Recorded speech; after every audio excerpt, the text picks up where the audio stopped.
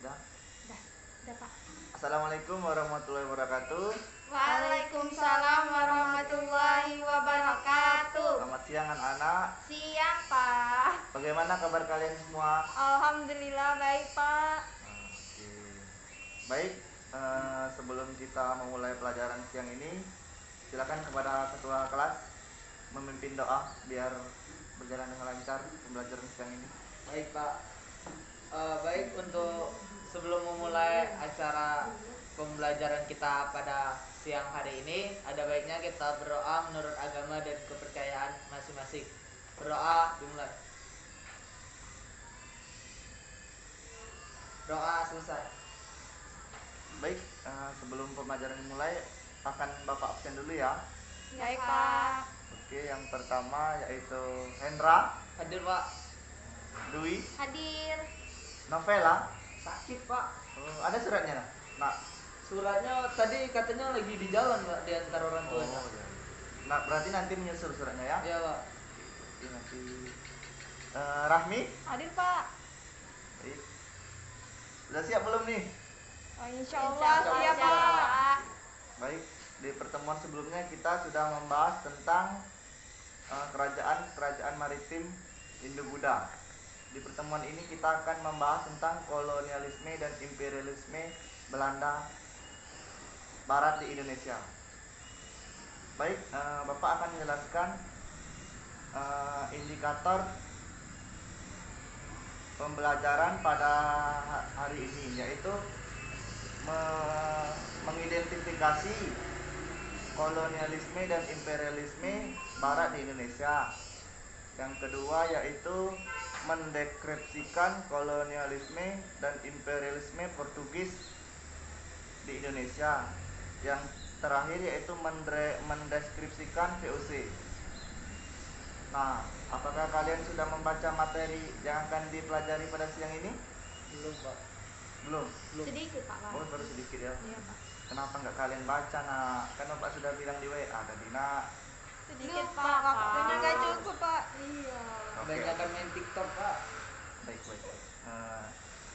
Nanti saya akan membuat kelompok ya, membagikan kelompok. Baik, Pak. Silakan kalian baca dulu. Saya beri waktu 5 menit. Sebelum baca saya bagi kelompok dulu ya. Iya, Pak. Baik, Pak. Pak, kami udah punya buku, boleh lihat handphone. Oh, silakan nak. Oke Pak. Baik, saya akan membagi kelompok. Yang kelompok pertama yaitu Dwi dan Rahmi. Siapa? Yang kedua, bisa sendirian, nak? Bisa Pak, udah biasa. Gak apa-apa ya, sendirian ya. Iya Pak. Berarti ada 2 kelompok ya siang ini ya. Iya, Pak. Baik, silakan dibaca dulu materinya dan dicari yang akan dipresentasikan ya. Saya kasih waktu 10 menit deh. Iya, baik, Pak. Baik Pak. Silakan ya. Boleh dari jurnal, dari internet. Sudah makan belum nih kalian nih? Belum Pak. Silakan ya, jangan ribut ya anak-anak. Baik Pak. Iya, Pak.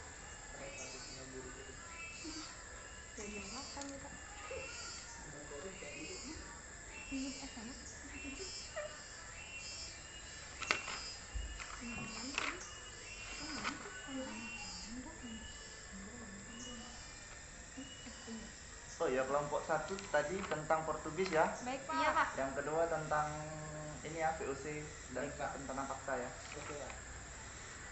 Lupa tadi Bapak. Sampai tumbuh Pak.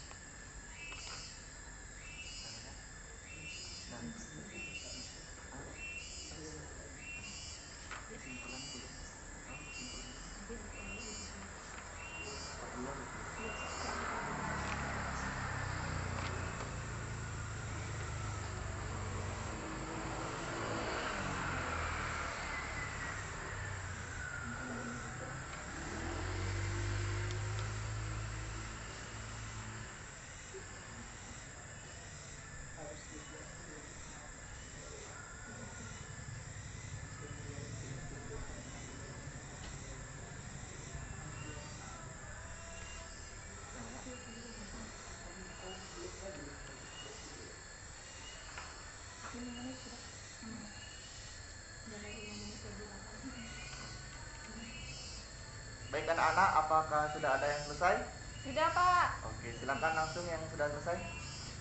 Baiklah, kami dari kelompok 1 yang beranggotakan saya sendiri Rahmi Afkaria dan teman saya Dwi Widya ingin mempresentasikan hasil diskusi kelompok kami mengenai kolonialisme dan imperialisme Portugis. Penjajahan bangsa Portugis diawali dengan pelayaran yang dilakukan oleh Bartolomeu Dias yang berlayar untuk mencari daerah Afrika. Akan tetapi penjajahan pertama Portugis yang sampai ke Indonesia adalah Alfonso de Albuquerque. Setelah menemukan India, kerajaan Portugis menjalani hubungan dengan rempah-rempah, tetapi ketidakpuasan pemerintah kerajaan membuat Maluku sebagai sumber rempah-rempah berhasil dikuasai. Untuk hal tersebut, Portugis menguasai Malaka sebagai bandar dagang termuka di Asia. Pada tahun 1511, Malaka sudah berhasil di bawah kekuasaan Portugis yang kemudian berangkat ke Maluku dan diterima oleh Raja Ternate. Penerimaan Raja Ternate dilatar belakangi oleh persaingan antara Ternate dan Tidore. Dengan dikuasainya Malaka dan menjalin hubungan kerjasama dengan Ternate, bangsa Portugis mendapatkan dua keuntungan, yaitu yang pertama, perdagangan rempah-rempah di Asia dikuasai oleh Portugis. Yang kedua, Malaka dijadikan batu loncat sebagai awal untuk menguasai Maluku. Baiklah, pembahasan yang berikutnya akan dibacakan oleh teman saya, Dwi. Baiklah, saya akan melanjutkan pembahasan mengenai kolonialisme dan imperialisme Portugis, yaitu hubungan yang baik antara Ternate dan Portugis selain memperlancar perdagangan rempah-rempah juga dirasa menguntungkan kerajaan Ternate terhadap kerajaan lain, seperti kerajaan Tidore. Hal ini terlihat. Baiklah, saya akan melanjutkan materi yang tadi dibaca oleh Rahmi, yaitu hubungan yang baik antara Ternate dan Portugis selain memperlancar perdagangan rempah-rempah juga dirasa menguntungkan kerajaan Ternate terhadap kerajaan lain, seperti kerajaan Tidore. Hal ini terlihat dari kesepakatan antara kedua belah pihak, di mana Ternate meminta perlindungan dari ancaman Tidore dan Portugis memonopoli seluruh perdagangan rempah-rempah di Ternate. Kenyataan langkah tersebut menjadi bumerang bagi Ternate. Hal ini karena aliran dagang rempah-rempah dimiliki sepenuhnya oleh Portugis, di mana penjualan rempah-rempah ditentukan harganya oleh Portugis. Hak monopoli ini membuat rakyat mengalami kemelaratan dan kesengsaraan. Selain di Ternate, Portugis juga mengembangkan sikap monopolinya di beberapa daerah, seperti yang pertama di Samudra Pasai. Portugis berhasil membangun bentengnya sekaligus memperoleh hak berdagang lada. Yang kedua di Minangkabau, Portugis mendapatkan keuntungan dari penjualan lada. Dan yang ketiga, Portugis sempat mendapatkan hak dagang di Pajajaran sebelum digagalkan oleh Kerajaan Demak. Demikianlah hasil diskusi kami. Jika teman-teman yang ingin bertanya dipersilakan. Saya izin bertanya dari kelompok 2. Iya, silakan. Dipersilahkan. Jelaskan mengapa kerajaan Portugis menganggap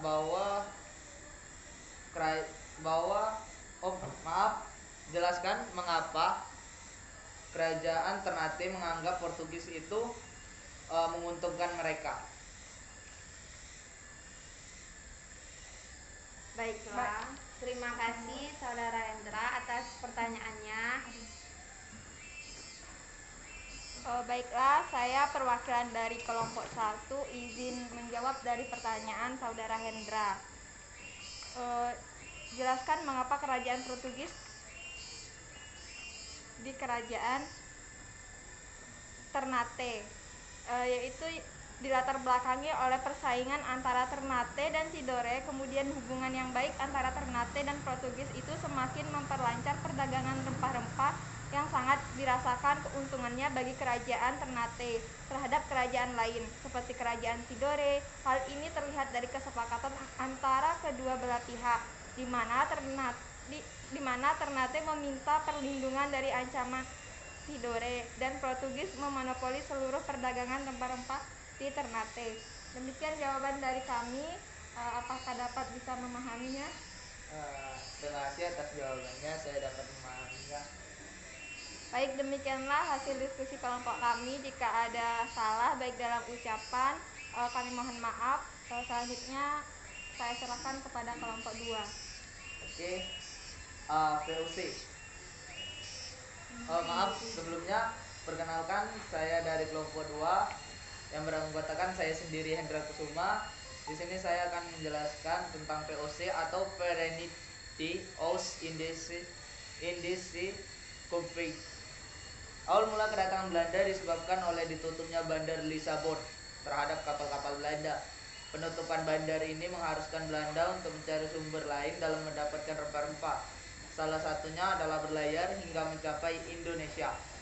Jalan ke Indonesia itu sendiri dapat diketahui oleh Belanda dikarenakan dari petunjuk seseorang, yaitu yang bernama Jan Huygen van Linschoten yang sebelumnya bekerja di kapal Portugis yang juga mendarat di Indonesia. Pelayaran pertama yang dilakukan oleh Belanda yaitu dilakukan oleh Van Eyck, tetapi mengalami kegagalan. Kemudian yang selanjutnya dilakukan oleh Cornelis de Houtman pada tahun 1596 yang berhasil mencapai Banten. Akan tetapi pelayaran de Houtman ini tidak mendapatkan keuntungan apapun dikarenakan tindakan semena-mena serta kasar yang dilakukan oleh awak kapal Belanda sehingga terjadi pengusiran terhadap Belanda. Kemudian pelayaran de Houtman ini membuka jalur bagi pelayaran Belanda yang lain. Pada tahun 1598, Belanda kembali mengirim penjelajah yang dipimpin oleh Van Eyck dan Warwick, yang mana pelayaran ini dapat keuntungan yang sangat besar. Ini menyebabkan banyaknya pelayaran lain yang datang.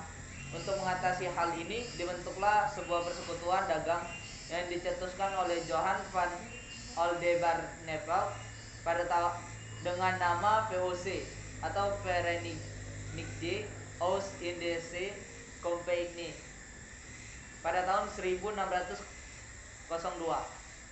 Tujuannya untuk menghindari persaingan selama perdagangan Belanda. Selain itu untuk menghadapi persaingan dengan EIC, Portugis dan Spanyol. Dalam menjalankan pemerintahannya, VOC diberi hak khusus, yaitu hak monopoli perdagangan, hak memiliki tentara, pengadilan dan mengumumkan perang, hak mencetak uang dan hak mengadakan perjanjian. Kemudian menjelang akhir abad ke-18, VOC perlahan-lahan mengalami kemunduran yang disebabkan oleh beberapa hal. Yang diantaranya yaitu korupsi merajalela dari pegawai VOC sehingga VOC diplesetkan menjadi vergan onder korupsi atau tenggelam karena korupsi.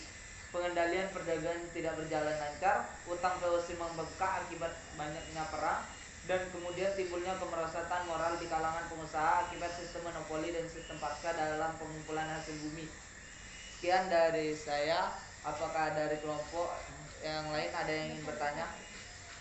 Izin bertanya kepada kelompok 2. Oke. Sebutkan isi hak istimewa oktroi VOC di Indonesia. Sekian pertanyaan dari saya. Saya ucapkan terima kasih. Oke, maka baik, akan saya jawab secara langsung. Jawabannya yaitu Kerajaan Belanda memberikan hak istimewa oktroi kepada VOC sebagai kongsi dagang untuk melakukan dominasi di kawasan Nusantara, yang mana hak tersebut sudah saya jelaskan tadi, yaitu hak monopoli perdagangan, hak memiliki tentara, pengadilan dan mengumumkan perang, hak mencetak uang dan hak mengadakan perjanjian. Sekian jawaban dari saya kembalikan ke kelompok 1. Baiklah, terima kasih kelompok 2 atas jawaban dari pertanyaan saya. Saya mengerti dan terima kasih. Baik, itulah presentasi dari kelompok saya. Saya akhiri. Wassalamualaikum warahmatullahi wabarakatuh. Waalaikumsalam warahmatullahi wabarakatuh. Mari kita aplaus untuk kita semua ya. Yeay. Sekaligus saya karena Alhamdulillah. ingin ditanyakan tentang materi ini. Sepertinya tidak. Cukup, Pak. Baik, jika tidak ada, saya akan menyimpulkan materi pada hari ini, yaitu tentang VOC dan pergerakan kolonialisme dan imperialisme Portugis. Pergerakan kebangsaan dan semangat nasionalisme merupakan akibat adanya kolonialisme dan imperialisme. Hal ini memang tidak langsung diperlihatkan, karena pada awalnya kedatangan bangsa barat tersebut hanya untuk berdagang. Ketika keinginan berdagang ini berubah menjadi ingin menguasai, barulah semangat kebangsaan lahir. Hal ini terlihat dari banyaknya respon terhadap kolonial melalui pertempuran, seperti perlawanan Mataram terhadap VOC, Banten terhadap VOC, perang Diponegoro, dan perang Aceh. Akan tetapi, perang tersebut lebih bersifat kedaerahan yang mana unsur nasional ini juga belum nampak. Itulah kesimpulan pembelajaran pada hari ini. Jika tidak ada yang ingin bertanya, kita sudahi saja ya pertemuan pada hari ini. Baik, Pak. Kalau ada salah kata Bapak mohon maaf. Saya akhiri. Assalamualaikum warahmatullahi wabarakatuh. Waalaikumsalam warahmatullahi wabarakatuh. Balik. Hati-hati di jalan nak ya. Iya, Pak.